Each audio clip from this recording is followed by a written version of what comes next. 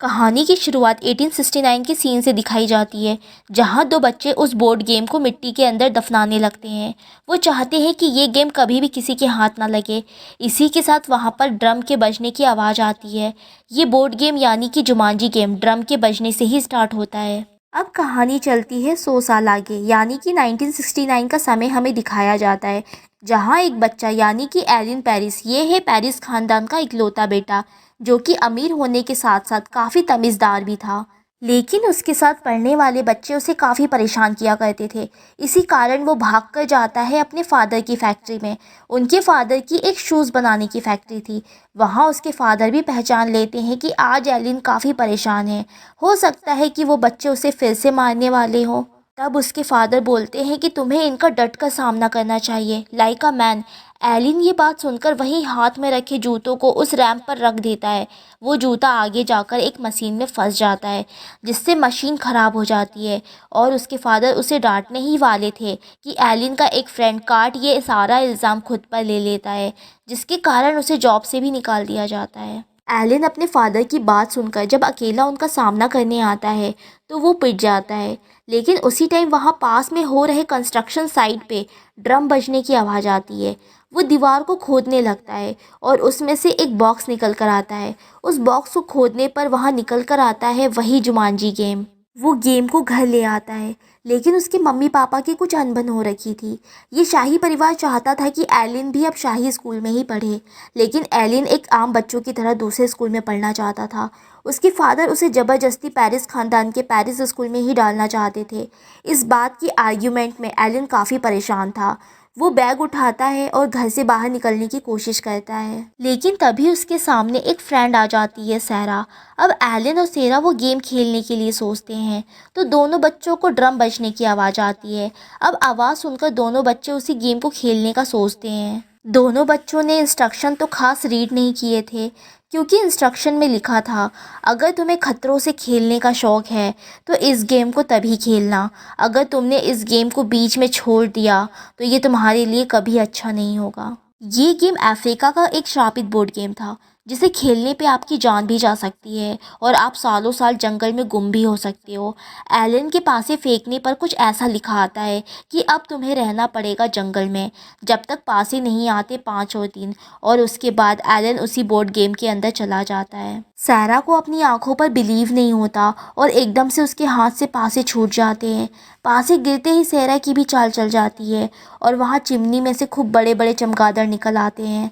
सैरा पागलों की तरह अपने घर की तरफ भागने लगती है और वो 26 साल तक इसी सदमे को भूलने की कोशिश करती है कि उसकी आंखों के सामने एलिन एक बोर्ड गेम के अंदर गायब हो गया। कहानी हमें अब ले चलती है 26 साल बाद, उसी शाही पेरिस के सुनसान घर में। उस घर में रहने के लिए आए होते हैं 2 बच्चे, जूडी और पीटर। उनके साथ रहती है नोरा आंटी। बच्चे अभी उस घर की सैर कर ही रहे होते हैं कि तभी पीटर को वापस से ड्रम बजने की आवाज़ें आती है।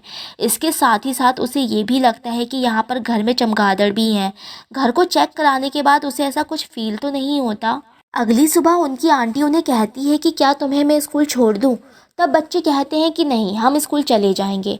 नोरा आंटी के घर से निकलने के बाद बच्चों को फिर से उसी ड्रम की आवाज़ आती है।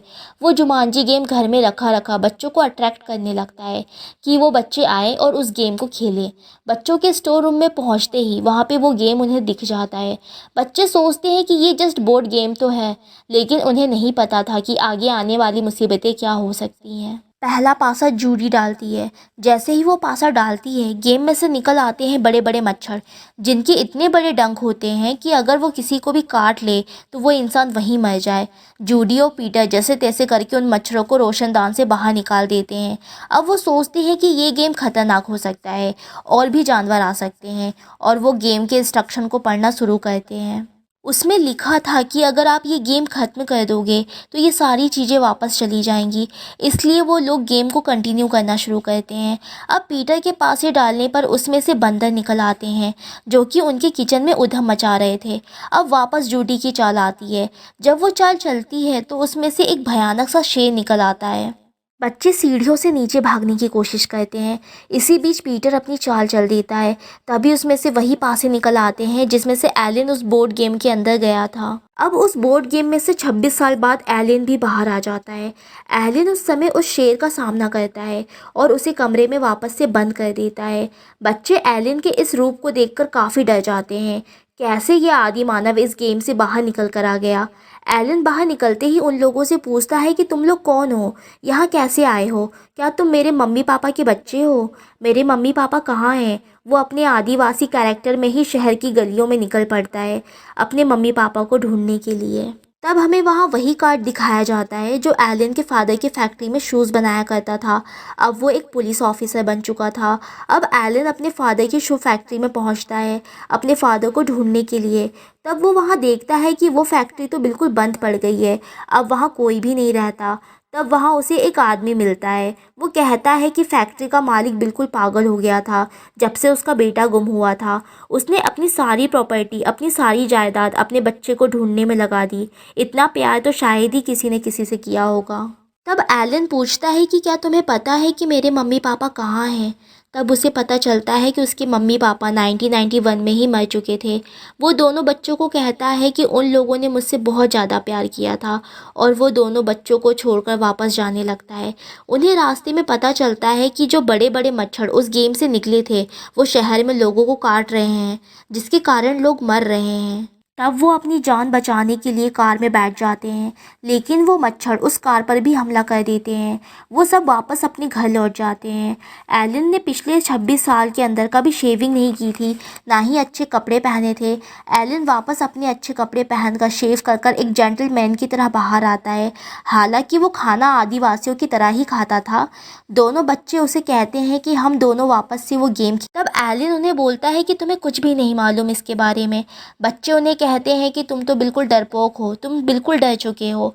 एलिन उन्हें बताता है कि मैं डरपोक नहीं हूँ, मैंने ऐसी ऐसी चीज़ें देखी है जंगल में कि तुम कभी इमेजिन भी नहीं कर सकते। रात के अंधेरे में कोई ऐसी चीज़ तुम्हारा पीछा करेगी जिसके बारे में तुम्हें हर समय लगेगा कि वो तुम्हें खा जाएगी।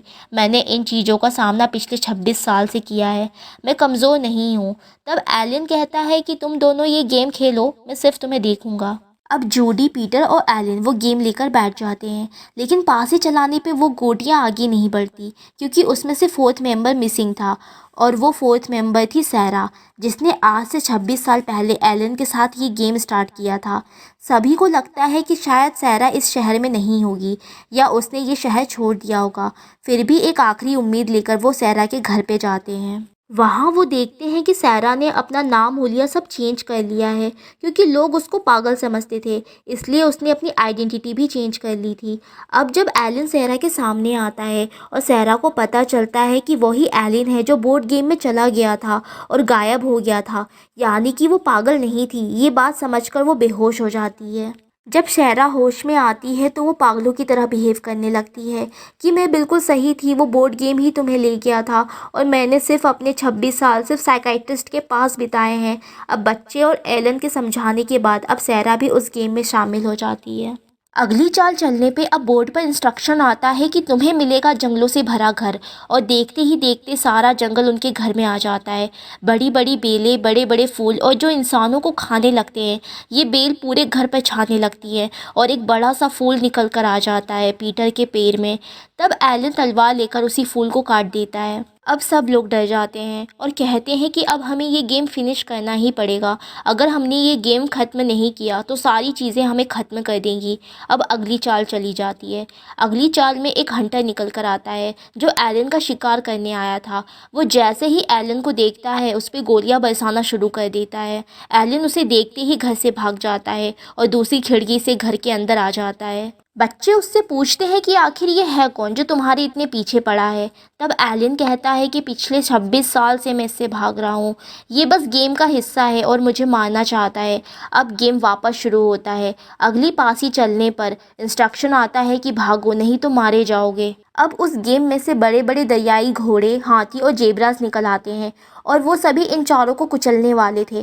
तभी सभी के सभी किसी तरह अपनी जान बचाते हुए एक साइड में जगह ढूंढ लेते हैं। तभी उसमें से एक बतख निकल कर आता है और वो गेम को उठा के अपने साथ ले जाता है। एलन को पता था कि वो गेम उठाकर नदी के किनारे लेकर जाएगा। दूसरी तरफ वो हंटर भी पहुंच जाता है दुकान पर नई बंदूक लेने। अब चारों नदी के किनारे पहुंचने पर देखते हैं कि वो जुमांजी गेम पानी की बड़ी बड़ी लहरों में चला जाता है। पीटर बड़ी बहादुरी से उल्टा लटक कर उस गेम को अपने हाथ में ले लेता है। अब सब वापस अपने घर जाने की तैयारी करते हैं। तभी उन्हें रास्ते में पुलिसमैन मिल जाता है। वो एलन को गिरफ्तार करने वाले थे। तभी वहाँ पर हंटर उन पर शूटिंग करने लगता है, इसलिए एलन उसी पुलिसमैन के साथ चल देता है और वो बाकी लोगों को कहता है कि तुम लोग उस गेम को कंटिन्यू रखो। छोटा लड़का सोचता है कि ये गेम ख़त्म करने के लिए मैं एक काम करता हूँ, ये पासे जोर से फेंक देता हूँ, और वो यही करता है, लेकिन वो चाल उस पर ही उल्टी पड़ जाती है। वो एक बंदर में बदलने लगता है। वहाँ दूसरी तरफ एलन अब पुलिस को बताने लगता है कि मैं एलन पैरिश हूँ, यानी कि 26 साल पहले जो लड़का गायब हुआ था वो मैं हूँ। वहाँ सैरा और दोनों बच्चे शहर के बीच में खड़े होते हैं। तभी वहाँ पर शिकारी आकर उनसे बोर्ड गेम लेने लगता है। उनके चारों तरफ बड़े बड़े जानवर घूम रहे थे। छोटा लड़का कार के अंदर फंस जाता है। उस कार से बड़े बड़े जानवर अपना पैर रखकर निकलने लगते हैं और शिकारी तभी उस समय का फ़ायदा उठाकर उनसे वो बोर्ड गेम छीन लेता है। सभी एक मॉल में पहुंच जाते हैं और शिकारी से बोर्ड गेम लेने की कोशिश करते हैं। बच्चों ने एक बोर्ड बनाई और बड़े बड़े सिलेंडर लगा दिए। जैसे ही शिकारी उन बच्चों के पास आता है, शिकारी का पैर फिसल जाता है और जूडी बंधे हुए सिलेंडर को खींच देती है, जहां तभी एलन और पुलिसमैन भी पहुंच जाते हैं। वहां दोनों की गार्डियन नोरा आंटी भी घूम रही थी। तभी उन्हें पता चलता है कि शहर में बड़े बड़े जानवर घूम रहे हैं। एलन उनसे बात करता है कि तुमने जल्दी गेम ख़त्म करने के चक्कर में ऐसा क्यों किया।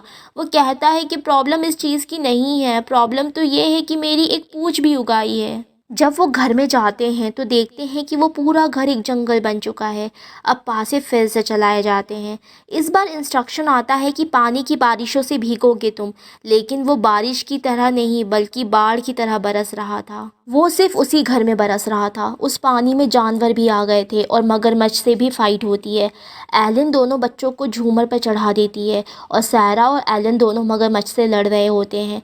तभी नोरा आंटी और पुलिसमैन आके वो दरवाज़ा खोल देते हैं और सारा पानी घर से बाहर निकल जाता है और उस पानी के साथ साथ मगरमच्छ भी बाहर निकल जाते हैं। वो लोग बहुत परेशान हो चुके थे। वो लोग चाहते थे कि बस जल्द से जल्द ये गेम ख़त्म हो जाए।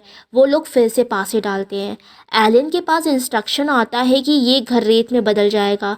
देखते ही देखते ज़मीन रेत में बदल जाती है और एलन उसमें धंस रहा होता है। तभी जूडी फटाफट पासे उठाकर एक नई चाल चलती है। तब वो ज़मीन रेत में बदलना बंद हो जाती है और एलन वहीं का वहीं रुक जाता है। उस नई चाल से 8 पैरों वाले जानवर निकल आते हैं, मतलब बड़ी बड़ी मकड़ियाँ, और वो मकड़ियाँ इन्हें काटने को दौड़ती हैं। तभी एक मकड़ी जूडी को काट लेती है। सेरा अपने पास पासे लेकर पासे डालती है और इस पर इंस्ट्रक्शन आता है कि धरती को अलग अलग करने के, मतलब कि अब अर्थक्वेक आने वाला था। जैसे ही वो घर 2 हिस्सों में बंटने लगता है, एलन वहाँ पेड़ की शाखा पर झूलने लगता है। जहाँ वो गेम गिरता है एलन भी वहीं पहुँच जाता है और एलन जैसे ही पासे चलाने वाला था तभी सामने वही शिकारी आ जाता है। शिकारी अब उसको मारने वाला था। तभी वो उससे पूछता है कि बताओ तुम्हारी आखिरी ख्वाहिश क्या है, लेकिन एलन चालाकी से पासे डाल देता है। बोर्ड पे पासों के काफ़ी देर लुढ़कने के बाद आखिरकार उसे वो नंबर मिल जाते हैं।